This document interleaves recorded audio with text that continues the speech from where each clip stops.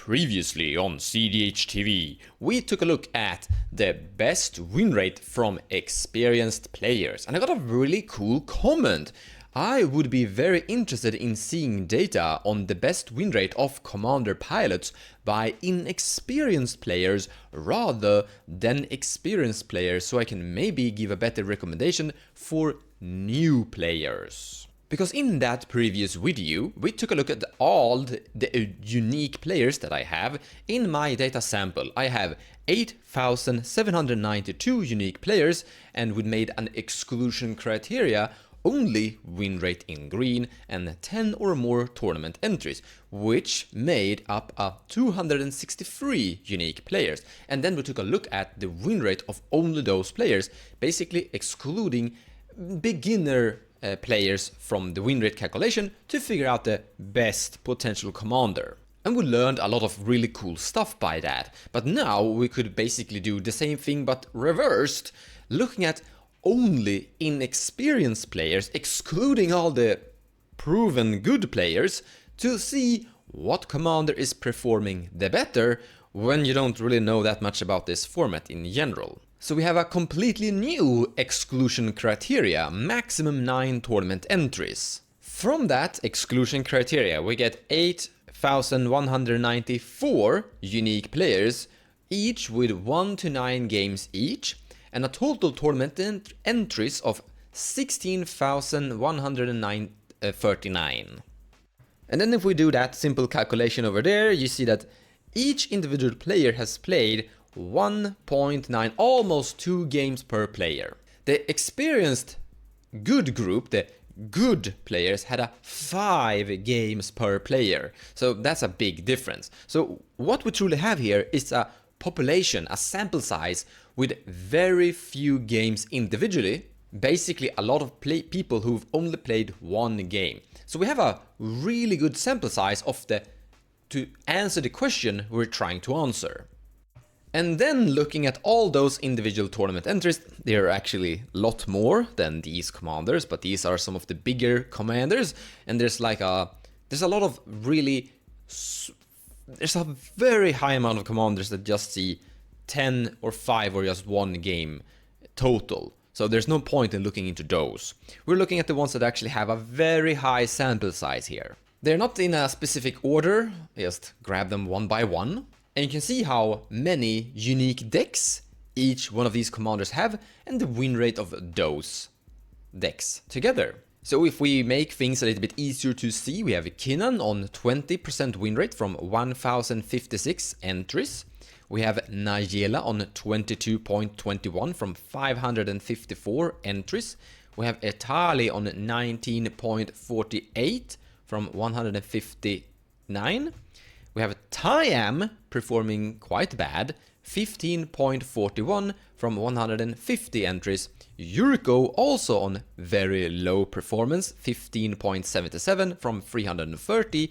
Venota also on a very low performance, 15.91 win rate from 268 entries.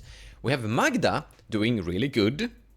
Magda has always been doing good. She's performing quite good in the very good player win rate, and overall, whenever I look at Magda in general, played as a commander, it's usually showcasing a very good result. So Magda has 24.27 from 277 tournament entries. Cisse is also doing quite well in the inexperienced group as well. 25.07 from 608 tournament entries. Nadu, very new, from only 87 entries. We have a win rate of 25.58. Godo, also doing great, 24.45. Not that many entries though, but I did add him because he was showcasing a pretty good promising result, even though 68 isn't that many. Tumna and Kram have 24.84 tournament entries. Win rate, 24.84 win rate from 1,387 tournament entries.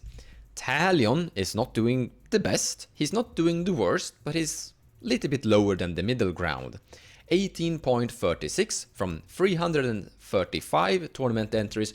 Rocco is doing pretty okay, little bit equal to Nayeli the Blade Blossom, 22.82 from 158 tournament entries, and the Revi is on 17.02 from 89 tournament entries. But now I want to highlight that these win rates you're seeing here is not how good the actual commander is. This is just how easy to play they theoretically are. The higher the win rate, the probably easier it is for a beginner to pick it up and perform with it, and the lower the win rate, the harder it probably is for that commander to be picked up and played and operate well with it. For example, when we took a look at the good player population group, we saw completely different numbers. In that situation, Kinnan and cEDH were pretty much almost equal. So what I mean by that, if we take a look at Kinnan here on 20% and then cEDH at 25%, they both have a very high sample size. But clearly here, cEDH is performing a lot better than Kinnan. But when we looked at the only good player population group and their win rate, they were pretty much equal. Not truly equal, they were like cEDH had 1% better win rate than Kinnan, which is equal to nothing. In other words, they're quite equal. But the takeaway from this is that players that are beginners grabbing Kinnan are performing a little bit worse compared to if they were to pick a cEDH. In other words, these are the 5 that are somewhat recommended, and I can actually see why. All of these 5 decks are clearly focused on one thing: winning fast. And this is actually why I decided to have Godo here as a showcase recommendation, even though the sample size is only 68, because Godo is very simple to understand. If you have a beginner, someone that doesn't know anything about cEDH, you showcase Godo and you showcase Helm of the Host, and you just read those 2 cards, and the person will understand perfectly what this commander is going to do. And then you just tell that beginner that the entire 99 is filled with mana to get Godo into the magical 11 mana and win from the command zone. This is super easy to understand, and as you can see, it's working out. People that are grabbing that commander are performing quite good because it's very easy. It has a very clear, very simple game plan. You don't need to read, you don't need to look into much. You just know exactly what you're going to do, and you can just ignore everything else and say, okay, now it doesn't work because of stacks effects, but yeah, you get it. In comparison to, let's say, Yuriko Tiger Shadow, I want to highlight that Yuriko Tiger Shadow is actually having a very decent and good performance when played by very good players, and actually performs better than Godo. So the verdict is that Yuriko is better than Godo. I'm not showcasing that in this video, but I've showcased that in other videos. Yuriko is usually better than Godo. But she's definitely harder to actually play. Now, she's not that impossible for beginners, and Yuriko is becoming more and more or the cEDH Yuriko build is becoming more and more closer towards the casual Yuriko build. But a big problem in cEDH is that threat assessments is very difficult, and as a beginner, you might struggle in prioritizing who you're going to interact with. If you don't know enough about all different kinds of commanders you could run into and all different combos you could run into, you might not understand who you should prioritize over the other. Because in the end, Yuriko is a control mid-range deck of sorts. And those are just naturally really hard to actually play. So I think what's happening here is that people are grabbing a good Yuriko deck, trying to pilot it, but are not experienced cEDH players and might struggle and just execute it wrong, threat assessment wrong, interact with the wrong player, and then accidentally not performing as good as they could have if they had more experience, played more tournaments inside this format. TIAM is a very similar thing. I'm gonna say that TIAM is developing more and more towards a turbo combo stuff, but it's still kind of a stacks deck, and still you need to have some skill, and I would like to highlight that sometimes the combos in TIAM could be a little bit wonky and weird and demand a lot of reading and then understanding. So I can see a world where it's not working out great for a lot of people. Venota has a similar problem. She is also something of a... Now I would actually say this, Venota in general is not performing great. whenever I'm looking at Venota, even by the good players, it's usually performing quite bad as well. So here I think it's a combination that bad players, inexperienced players, are just operating Venota wrong, or it's very hard to probably maybe attack the correct player and know exactly who you should be killing first and such. But there's also a world where Venota is just not a great commander in general, and therefore dragging down the win rate for inexperienced players as well, because this is dragging down the win rate for even the good players too. Now Magda is a little bit complex and difficult to actually understand sometimes, but she is very focused on turbo, victory, and just get to the win fast as possible.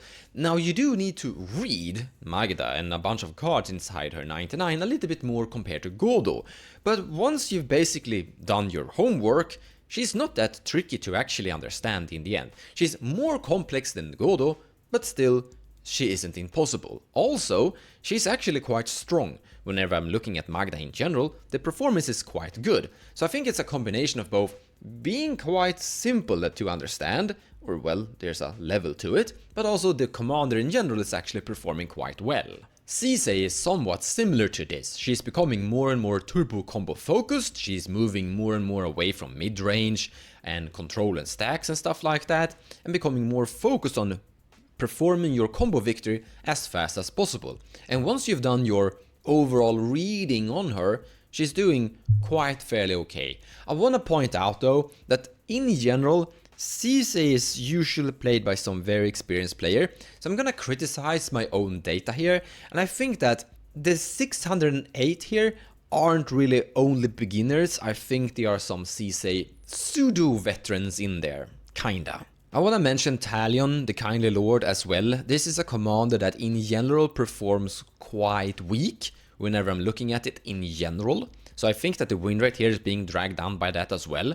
But this is also a mid-range control commander similar to Yuriko, and I think you're going to struggle in your threat assessment as a beginner, and you might interact wrongly and you just might play the game incorrect, so to say. So I definitely think that this is not a recommended commander for beginners. In other words, this is basically the answer. And yeah, by the way, Nadu the Winged Wisdom is very easy to understand. You showcase Lightning Greaves, and you showcase Nadu, and you explain that, yeah, it works, equipment is a target, and then everyone will understand that, yeah, I know exactly what to do. And then they will just draw their entire deck and figure something out. So I can really see a world where, I mean, casual players even understand Nadu. Like, I think everyone is playing Nadu. It's a very simple and, like, Nadu is very easy to understand once you just see Lightning Greaves. But once again, these 5 commanders here are, okay, 4 of these 5 commanders here are actually performing quite good. The only one that is not doing great, even in the good population group, is Godo the Bandit Warlord. That's the only one that's like, not really recommended for cEDH. It's not terrible.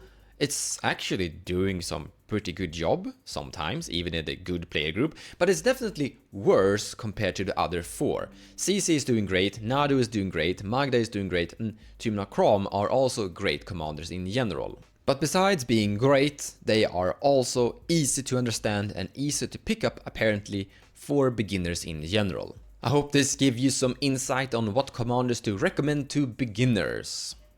And if you are a beginner, I hope this gave you some insight as well.